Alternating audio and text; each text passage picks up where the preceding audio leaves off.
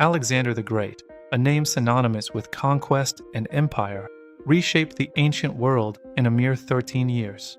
Born in 356 BC, Alexander was tutored by Aristotle, instilling in him a deep appreciation for Greek culture and philosophy.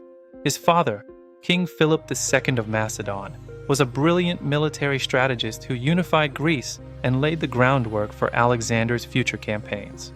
In 336 BC, Philip was assassinated, thrusting the 20-year-old Alexander onto the Macedonian throne. He swiftly consolidated his power, crushing rebellions in Greece and securing his position as the undisputed leader of the Hellenic League. With Greece pacified, Alexander turned his gaze eastward towards the vast and wealthy Persian Empire, a long-standing rival. In 334 BC, he crossed the Hellespont with an army of Macedonians and Greeks, marking the beginning of his epic conquest. His first major victory came at the Battle of the Granicus River, where his forces decisively defeated the Persian satraps. This victory opened the door to Asia Minor, and Alexander proceeded to liberate Greek cities along the coast. The following year, at Issus, Alexander confronted the Persian king Darius III himself, securing another stunning victory. Darius fled, leaving his family behind, a testament to the ferocity and effectiveness of Alexander's military tactics.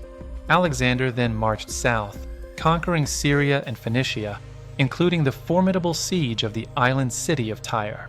His journey led him to Egypt, where he was welcomed as a liberator and declared pharaoh, founding the city of Alexandria. In 331 BC, the ultimate showdown occurred at Gaugamela, where Alexander's smaller army faced Darius's massive forces. Through brilliant strategy and daring maneuvers, Alexander achieved a decisive victory, effectively ending the Persian Empire. He then entered Babylon and Susa, the Persian capitals, claiming their immense treasures and adopting some Persian customs.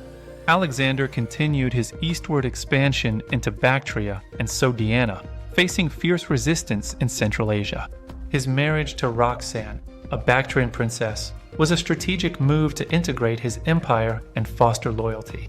In 326 BC, Alexander ventured into India, encountering new challenges and formidable opponents like King Porus. The Battle of the Hydaspes River saw Alexander's forces overcome Porus's elephants in a hard-fought victory. However, his weary troops, longing for home, mutinied at the Hyphasis River, refusing to advance further east. Reluctantly, Alexander agreed to turn back, leading his army on a grueling journey through the Gedrosian Desert. Upon returning to Persia, he began implementing plans for a unified empire, blending Greek and Persian cultures. He organized mass marriages between his soldiers and Persian women, aiming to create a new ruling class. In June 323 BC, Alexander the Great died in Babylon at the age of 32, his cause of death still debated by historians.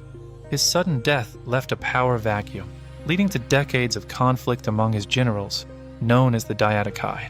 These generals carved up his vast empire, establishing the Hellenistic kingdoms that would dominate the eastern Mediterranean for centuries. Alexander's conquests ushered in the Hellenistic Age, a period of unprecedented cultural exchange and Greek influence across Asia and Africa. His legacy is complex, remembered as both a brilliant military genius and a ruthless conqueror. From his strategic brilliance to his cultural impact, Alexander the Great remains one of history's most compelling and influential figures.